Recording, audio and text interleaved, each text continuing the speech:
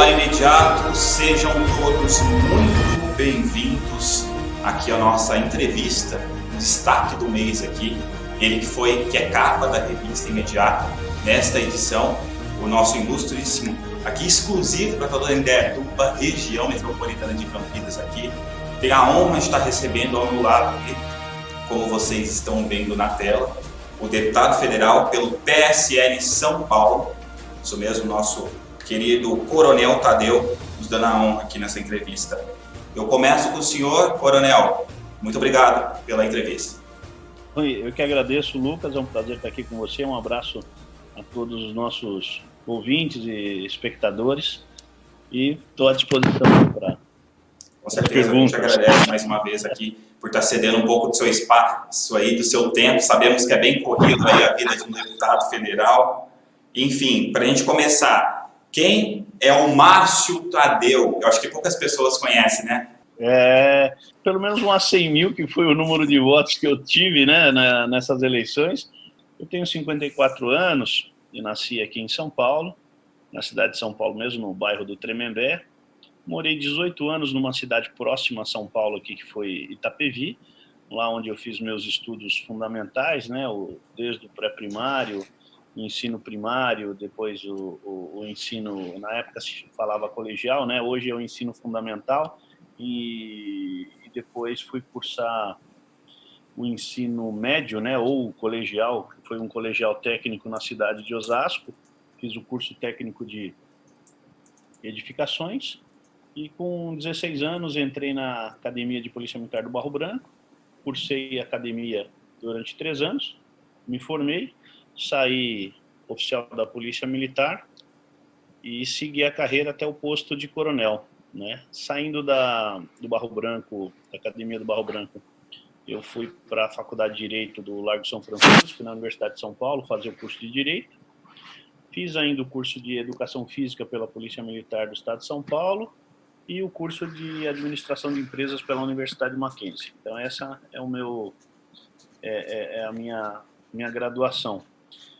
Já com 42 anos de idade, eu resolvi estudar para ser piloto de helicóptero, já bem com uma idade avançada, fora completamente do mercado, né? Mas fiz o curso de piloto de helicóptero, piloto privado, piloto comercial e instrutor de voo. Cheguei a dar algumas aulas no campo de Marte, aulas práticas e aulas teóricas, porque eu era instrutor do Aeroclube de São Paulo.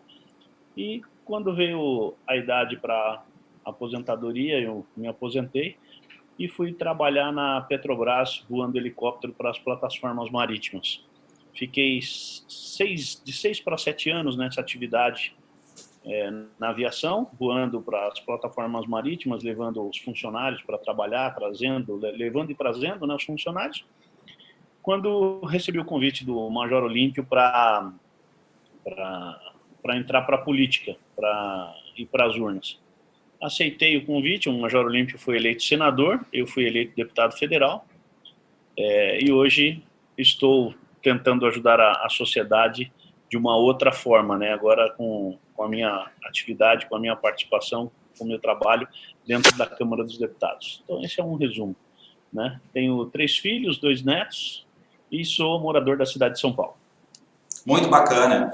Bem abrangente, né, Coronel? Sua história de vida aí, também sua vida profissional, já passou por vários segmentos, num caminho só, vamos dizer, uma direção aí, mas já teve várias experiências, tanto nas Forças Armadas aí, na aeronáutica, como o senhor falou também há pouco, e nesse mundo político, né?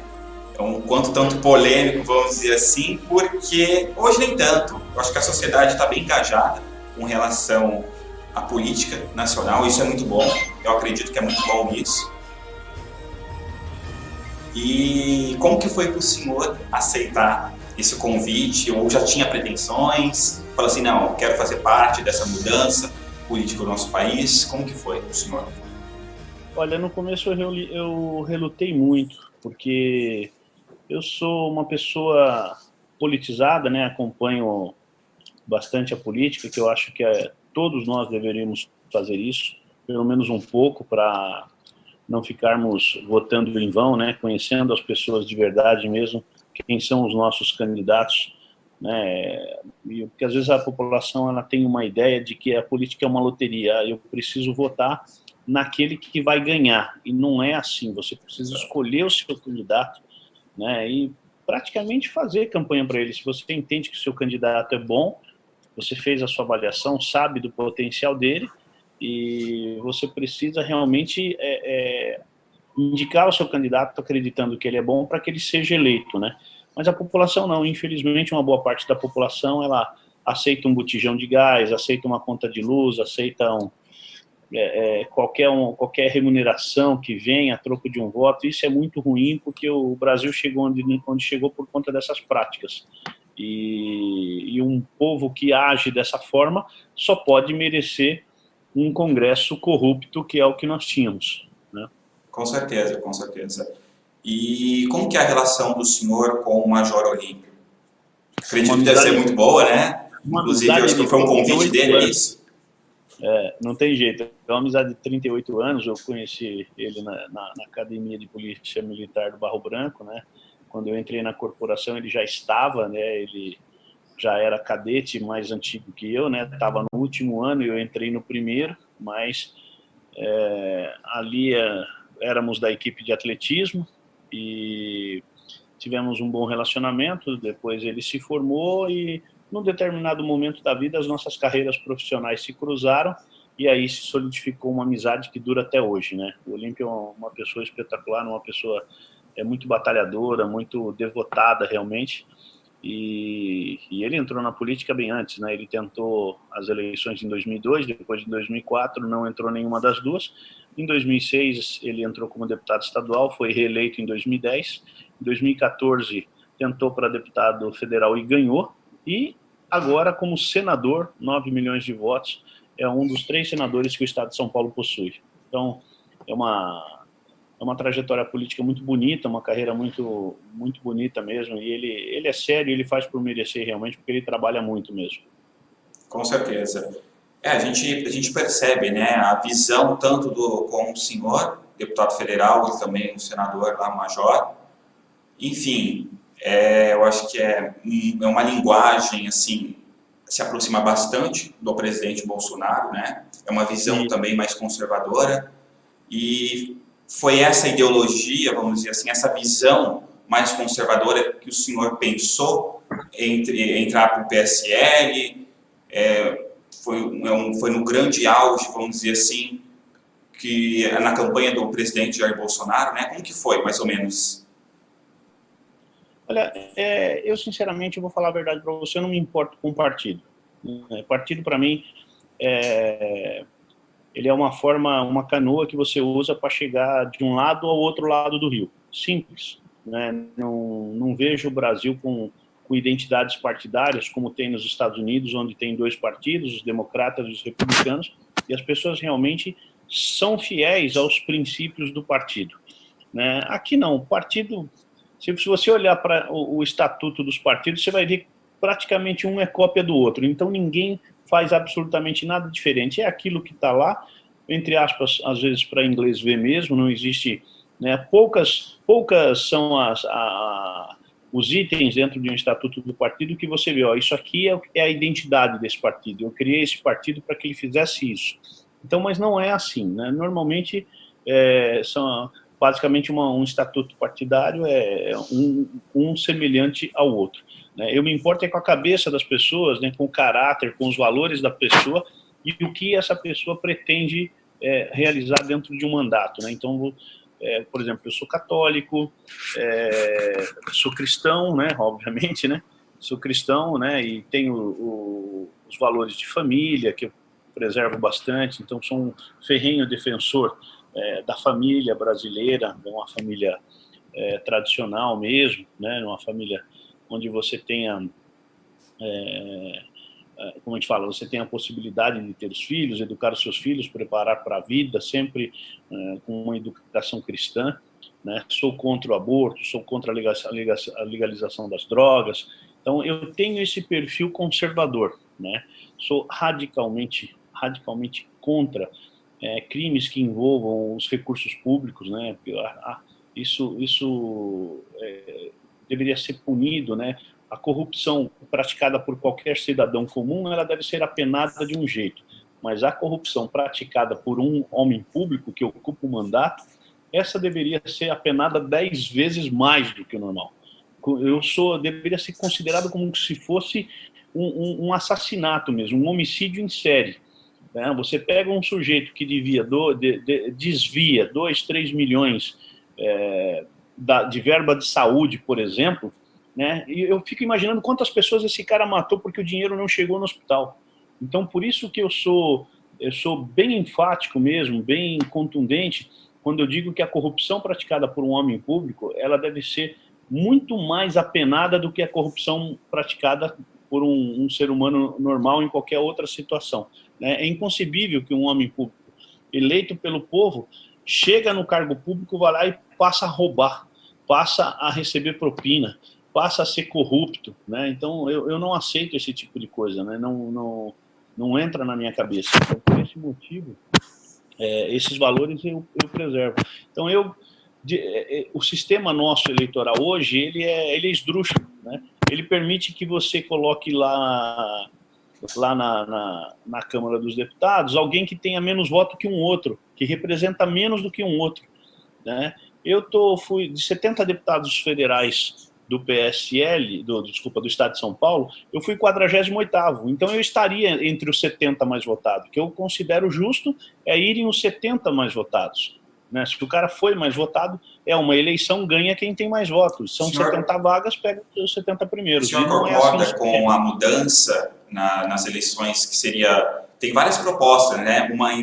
Entre elas tem a distrital. O que o senhor acha? Eu concordo com a votação distrital, inclusive esse projeto está na Comissão de Constituição e Justiça, ainda não conseguimos pautar ele para votar, né? É um processo que vai ser difícil passar, porque o sistema atual, da forma com que é feito, ele permite que os caciques da política, né, com dinheiro de fundo partidário, por comandar os partidos, montem as suas chapas para que eles sejam eleitos. Né? Então isso... para mim não é legítimo, né? Eu acredito que o sistema eleitoral nosso ele precisa de mudanças e rápido. Mas enquanto as regras do jogo estão sendo ditadas por quem está dentro do jogo, dificilmente vai mudar. Com certeza. Continuando nesse assunto e prisão em segunda instância, qual que é a sua visão? Sou vice-presidente da comissão da segunda instância. Ontem mesmo eu respondi essa pergunta para um outro canal. A prisão de segunda instância, ela veio no pacote anticrime do ex-ministro Sérgio Moro, mas foi um item que não passou, um item que foi derrubado no meio do caminho. Mas entenderam que ele poderia ser discutido, né, com mais profundidade dentro da Câmara dos Deputados para que se elaborasse uma PEC mesmo, porque precisa mexer na Constituição, um projeto de emenda constitucional. Foi feita essa PEC, se eu não me engano, pelo deputado Alex Manente, eu não lembro o número exatamente agora, né? E tem uma outra PEC tratando de segunda instância no Senado. Então, nós temos esse assunto sendo concomitante no Senado e na Câmara, e em algum momento eles vão se juntar. Muito bem.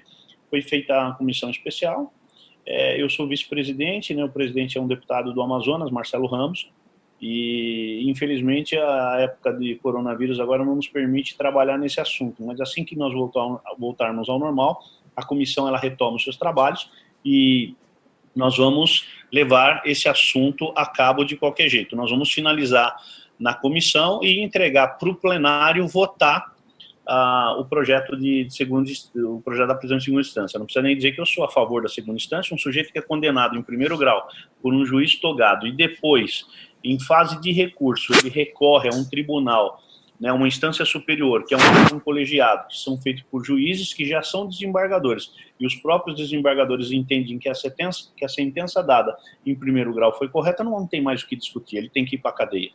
Tem que perder todos os direitos políticos. Isso. E aí você fez essa pergunta, deve perder os direitos políticos? Os políticos? Eu vou responder de uma forma até radical. Sim, e pelo resto da vida. Esse cara nunca mais pode alçar. Ele já deu prova de que ele não foi honesto. Né? Então, nós não podemos admitir no mundo da política, né, alguém que nos dê prova de que ele não é honesto. Então, esquece, acabou a carreira política dele, vai fazer outra coisa. Né? Na política, essa pessoa não deveria mais ter chance.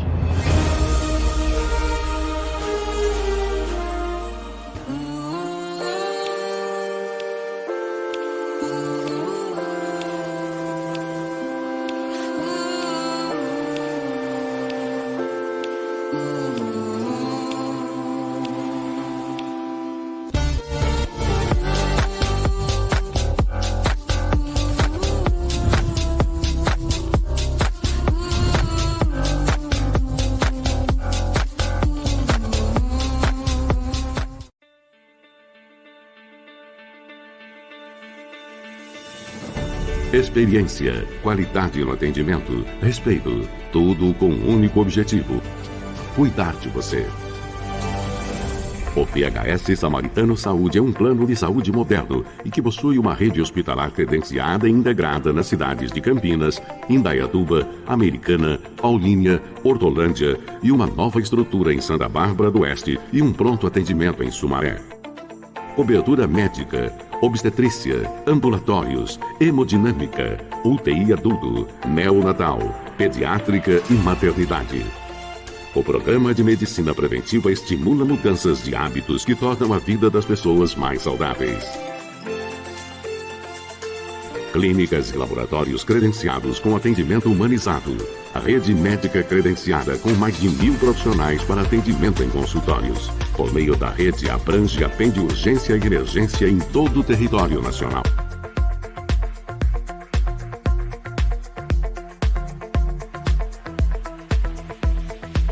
Ética, excelência e humanização. PHS Samaritano Saúde. Nós cuidamos de você.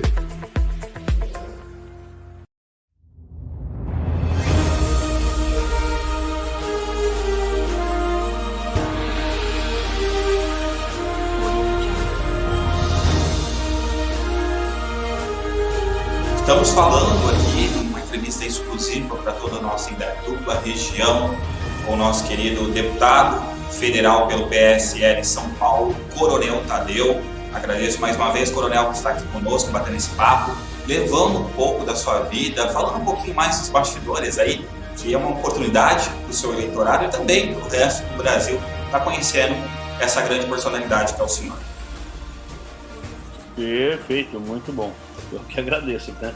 Continuando aqui, Coronel, só para a gente estar finalizando, entrando agora nesses temas mais atuais aí, estamos vivendo uma pandemia, né? Eu acho que isso já é de conhecimento de todos, já estamos, eu acho que até cansados de saber isso, noticiário 24 horas com relação a isso, pandemia, quarentena no Brasil. Só para começar, o que o senhor acha dessa atitude de alguns governadores, prefeitos, algumas autoridades em geral, com relação à quarentena prolongada? Como que é a sua visão com relação a isso, Coronel? Muito prático, exagerado. Eles exageraram na dose, deram um remédio muito forte para a pandemia, fizeram o fechamento de todas as atividades comerciais e isso prejudicou demais a economia. Esse preço nós vamos contabilizar lá na frente, só que quem vai sofrer é o povo, infelizmente. É claro que muitos vão recuperar os seus postos de trabalho, muitos vão retornar ao seu trabalho, né? Mas há milhares e milhares de pessoas que vão ficar desempregadas e emprego não é uma coisa que se gera fácil. A economia foi travada por esses governadores e eu vou arriscar dizer aqui propositalmente. Isso que eu ia entrar nessa pergunta do senhor. Você acha que é então uma interferência política? Sim, eles fizeram isso de uma forma que isso tivesse realmente uma interferência política no governo federal, querendo desgastar o governo federal, a troco de um palanque para 2022, ou seja, a ideia é desgastar a imagem do presidente Bolsonaro realmente e para poder ser candidato a presidente com mais chances, e eu me refiro especificamente ao governador João Dória, aqui de São Paulo, né? E é claro que existem outros governadores interessados em outros estados também. Então não foi uma medida correta, esse fechamento ele poderia ser feito de uma outra forma, tanto é que hoje nós temos no estado de São Paulo, né, cerca de 300 municípios onde o coronavírus entrou e outros 300 que ele não entrou. Então, isso poderia ser feito com bastante critério, com bastante calma, com bastante responsabilidade, e o procedimento, ele não tem muito segredo. Vamos lembrar que o coronavírus é uma guerra que todos os países praticamente estão passando, né? Todo mundo apreensivo, de qualquer forma, né? É uma guerra que nunca ninguém tinha vivenciado antes, então é uma novidade, é um tipo de comportamento que a gente não tinha experimentado ainda, mas a gente aprende com os erros e aprende com as experiências positivas e negativas. Então nós temos que olhar para o vizinho e para todos os lados para ver o que a gente vai fazer. Como o senhor acha que o Brasil está reagindo a toda essa mudança drástica, né, e nova, como o senhor falou agora?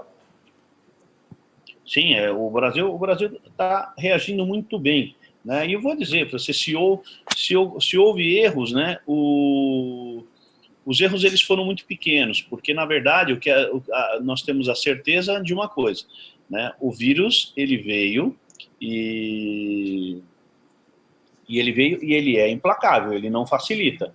Ele realmente ele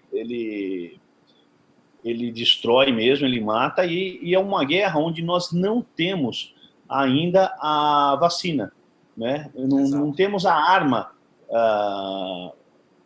não temos a arma para combater. Então nós estamos guerreando, né, sem armas. Nós estamos aqui tentando se proteger. Nós não estamos atacando, infelizmente. Mas essa forma de se proteger, ela foi muito bem dita pela Organização Mundial de Saúde, foi dita pelo Ministério da Saúde, só não foi seguida pelos governadores, né? Que duas regras muito simples. A primeira, quem é de grupo de risco ou tem comorbidade, se isola. Esse sim tem que ficar isolado. Quem não é, se proteja. Distanciamento social. Então, é isolamento social e distanciamento social. Então, eu sei que muitas empresas estão trabalhando, né, normalmente, né, todo mundo sentado nas suas cadeiras, mantendo aquela distância coerente de 1,5 metro no mínimo, né, das outras pessoas. Sem cumprimentos, sem beijos, sem abraços, né, e sempre que possível for falar com alguma outra pessoa, use uma máscara, né, e a outra pessoa também, para que uma não contamine a outra. Muito simples, dessa forma, né, e aquela coisa de se lavar as mãos, né, várias vezes ao dia, realmente, tocou em alguma coisa, porque naturalmente a gente faz isso, passa a mão no rosto, né, tocou em algum objeto ou coisa parecida que alguém contaminado já tenha tocado, pode ser que o vírus transmita dessa forma. Então, para isso, sempre com as mãos limpas, álcool gel, álcool na mesa, o tempo todo você se cuidando.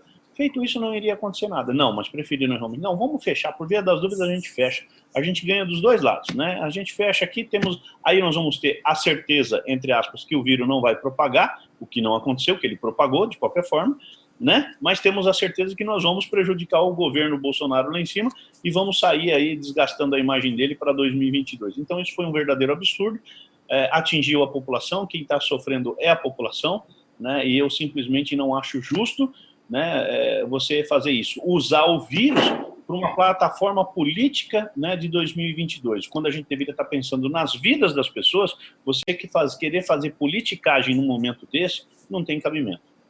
Com certeza. Aproveitando um gancho que o senhor falou, exatamente, usaram essa pandemia para criar uma crise política, certo? Certo. E hoje vivemos aí uma relação, vamos dizer assim, meio que complicada entre o poder executivo com o legislativo, né? A gente está vivendo, o senhor está lá dentro do legislativo, do Congresso Nacional. Como que está essa situação mais próxima aqui para estar falando para a gente? Bom, no Congresso Nacional nós estamos vivendo lá um momento bem diferente. Nós estamos fazendo reuniões remotas. Então, as votações estão ocorrendo, só que nesse momento as votações que nós estamos fazendo, todas elas são voltadas para a pandemia, para a crise de saúde pública. As medidas provisórias, os projetos de lei que nós temos votado, são justamente para permitir ao governo que gaste nesse momento com a pandemia, né? Então, liberando dinheiro para a saúde, liberando dinheiro para a Santa Casa, liberando dinheiro para as prefeituras, né, fazendo com que prefeituras, estados e prefeituras não tenham prejuízo nas suas arrecadações, que eles possam mais ou menos tentar levar uma vida normal, né, mesmo com a crise, né, por conta dessa queda de arrecadação. Então, esse tem sido o trabalho à distância. E praticamente todos os dias nós estamos tendo sessão. Quando não tem sessão, né, está tendo reunião, videoconferência, para decidir o que vai pautar, a forma que vai fazer. É claro que uma lei ela demanda um certo tempo para fazer, né? E você prepara um projeto de lei e aí os deputados vão opinar sobre isso, né? Deputados de uma comissão, de outra comissão, lideranças. Então, existe aquela parte que a gente vê na TV Câmara, que é quando a sessão plenária está aberta, existe aquela parte que a população não vê, que é quando estão se tratando o que é mais importante para se colocar, o que vai se colocar para votar ou não. Então, o trabalho tem sido esse, eu não tenho parado realmente, apesar de estar em casa, a gente tem trabalhado bastante, né? Estou, inclusive, nesse momento, monitorando o e-mail aqui para que a hora que vai chegar o link da sessão para ver. Hoje nós temos mais 3 projetos para votar, né? E o regimento da Câmara, ele faz com que o processo seja realmente demorado, porque o relator tem que ler, as pessoas têm que receber o projeto, aí todo mundo vai ler o projeto, tem alguma coisa para mudar, né? Aí começa a se movimentar entre o partido, né? Tem uma discussão, às vezes algum deputado que tem alguma coisa importante, isso aqui está errado, tem que ser feito desse jeito. Então, a gente discute o projeto, é aberto um tempo de discussão, depois é aberto um tempo de encaminhamento, até chegar na votação. Então, ele tem um rito, né, que, às vezes, ele é lento demais, as pessoas exageram um pouco com esse rito, mas ele é importante, porque, pelo menos, se dá a palavra para todos aqueles que querem se pronunciar sobre o assunto para falarem. É claro que, muitas vezes, a gente vê um deputado lá que quer usar o tempo para falar sobre o projeto e não fala nada sobre o projeto. Ele fica lá xingando o Bolsonaro, fica xingando o governo, fica xingando isso, fica xingando aquilo, ele desvia completamente o seu discurso, né, em vez de transmitir uma mensagem bem pontual. Se fosse uma reunião empresarial, esse cara já teria sido demitido, porque ele divaga demais quando a gente deveria estar falando sobre o assunto, né? Mas o processo ele existe, tem que ser respeitado, é democrático, tem que dar a palavra para todo mundo. E isso torna o trabalho um pouco mais lento, mas está sendo realizado, graças a Deus, a tecnologia veio para salvar realmente. Porque não, imagine só que vergonha seria nós, deputados, recebendo o salário em dia e não trabalhando nenhum dia. Então, pelo menos isso eu posso garantir para a população. Não está acontecendo. Nós temos trabalhado bastante mesmo. É isso aí, a gente está chegando ao fim aqui do nosso bate-papo com o entrevistado desse mês, o destaque aqui da revista Imediata, a revista que ama Indaiatuba, a região, e sempre levando informação, prestação pública e também entretenimento, informação para todos vocês, conhecimento, que através do conhecimento, da informação, a gente tem poder de decisão, né, Coronel? Sem dúvida, é isso mesmo. É isso aí. Só para a gente encerrar, Coronel. Essa questão do quadro. Bom, vamos falar sobre essa questão do quadro, né? Isso aconteceu no dia 19 de novembro do ano passado. A Câmara dos Deputados ela tem um corredor lá que se chama-se Corredor das Exposições. Então, toda semana você tem uma exposição diferente. A exposição ela entra, fica por três semanas e depois troca e vai outra. Então, é o ano todo de exposição. Então, você tem exposição do café, você tem exposição do cacau, você tem a exposição do agronegócio, você tem exposição da aviação, você tem exposição de... São temas, né? Então, você imagina que no ano aí são 52 semanas, aproximadamente você tem aí 15 exposições durante o ano. E nesse dia, exatamente 19 de novembro, era uma segunda-feira, era a exposição sobre a Semana da Consciência Negra, porque no dia 20 é o Dia Nacional da Consciência Negra. Então, aquela semana foi colocada uma exposição muito bonita, por sinal, né? Uma exposição que mostra a história do negro no Brasil, né? E só que a infelicidade dessa exposição foi que no final eles colocaram um cartaz, né, acusando literalmente que todos os policiais são genocidas de pessoas da raça negra, né? Não só a figura dizia isso, como o texto do cartaz também dizia. E aí eu achei aquilo um absurdo. Inicialmente eu retirei o cartaz da parede, porque era uma acusação grave que se fazia contra as 27 instituições do Brasil, e aí eu incluo as guardas municipais também, que estão na rua, as outras polícias, né? e retirei o cartaz, e aí surgiu uma confusãozinha de imediata lá, eu passei a ser agredido, e na confusão toda eu quebrei o cartaz, né? E isso gerou uma polêmica desgraçada, que disseram que eu não era democrático, que eu tinha que aceitar. Eu falei assim, desde quando eu tenho que aceitar uma acusação, uma ofensa, principalmente a uma instituição que eu defendo, né? Então, a quebra desse cartaz aí provocou realmente uma indignação por parte de alguns deputados e um apoio muito grande por parte de outros, né?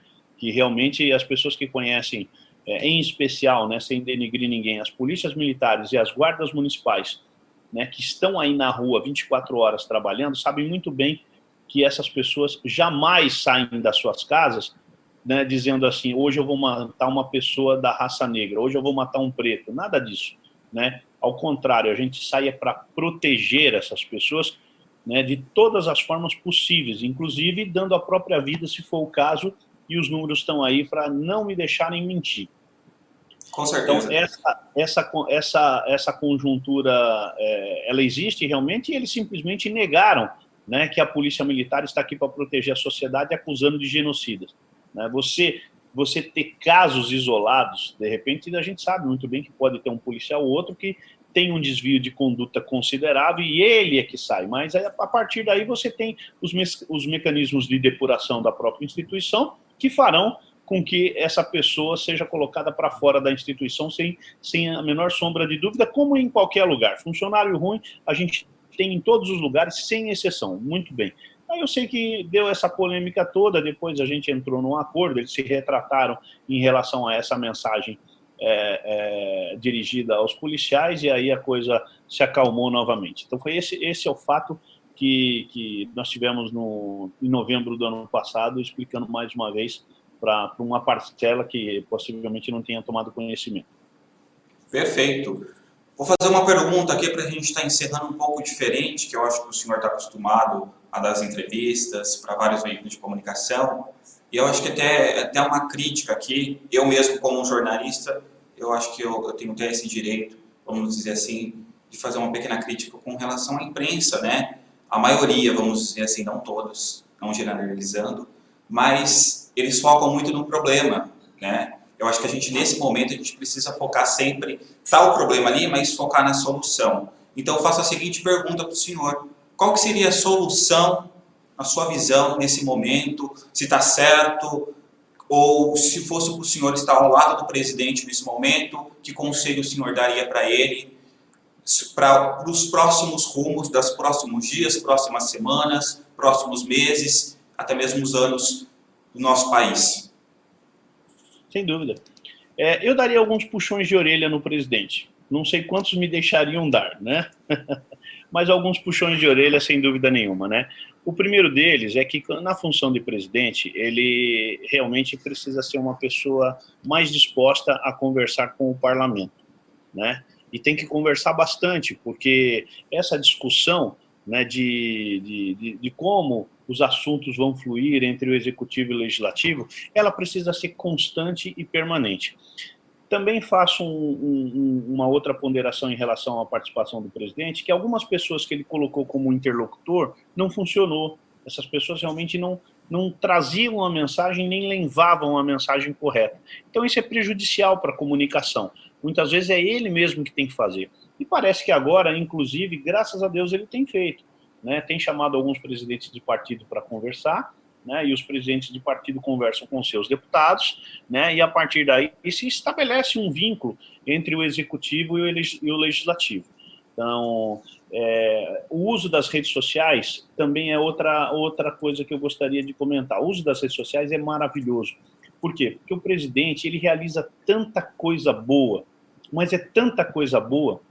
Então, ao invés de usar Twitter, Instagram e YouTube para ficar atacando as pessoas, né, gaste energia mostrando o que ele faz de bom, porque é muita coisa que ele tem feito, né? E eu tenho pela visibilidade que ele tem, né, coronel? Sim, sem dúvida. Ele precisa dizer, assim, olha, 13º do Bolsa Família, por exemplo, são cerca de 20 a 30 milhões de famílias, né, de inscritos no Bolsa Família que nunca receberam um 13º. Nunca. Então, esse ano eles vão receber o 13º, mesmo com a crise da pandemia, vai ter o dinheiro lá para eles receberem o 13º.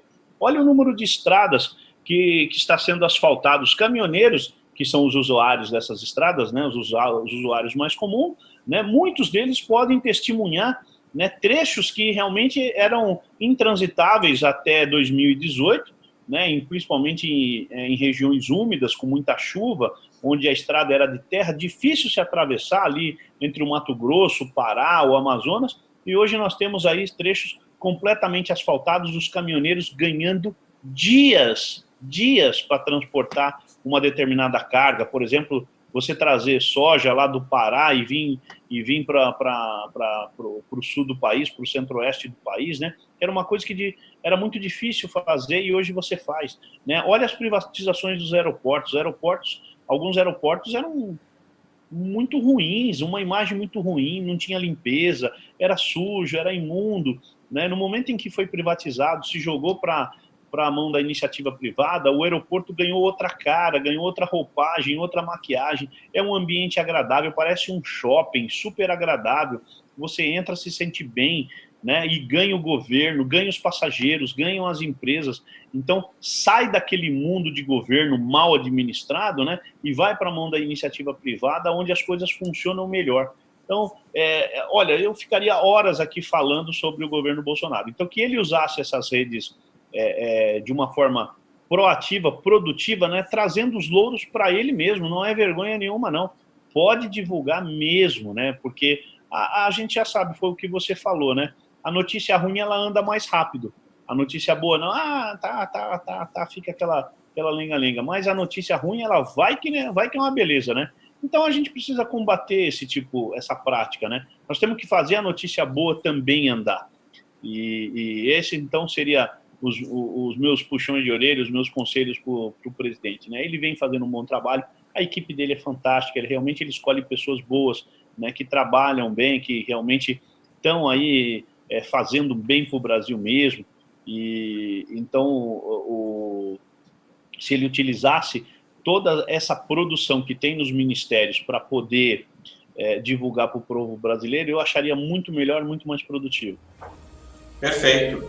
Agradeço aqui mais uma vez, Coronel, e fica o espaço agora aqui, se quiser mandar uma mensagem para a população que está nos assistindo nesse exato momento.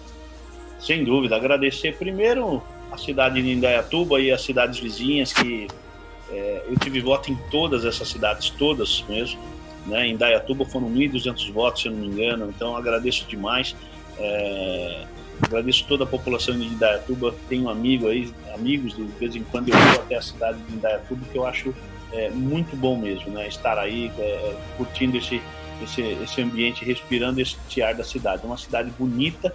Então, eu deixo um abraço para todos vocês, obrigado pela oportunidade e parabéns para vocês pelo trabalho.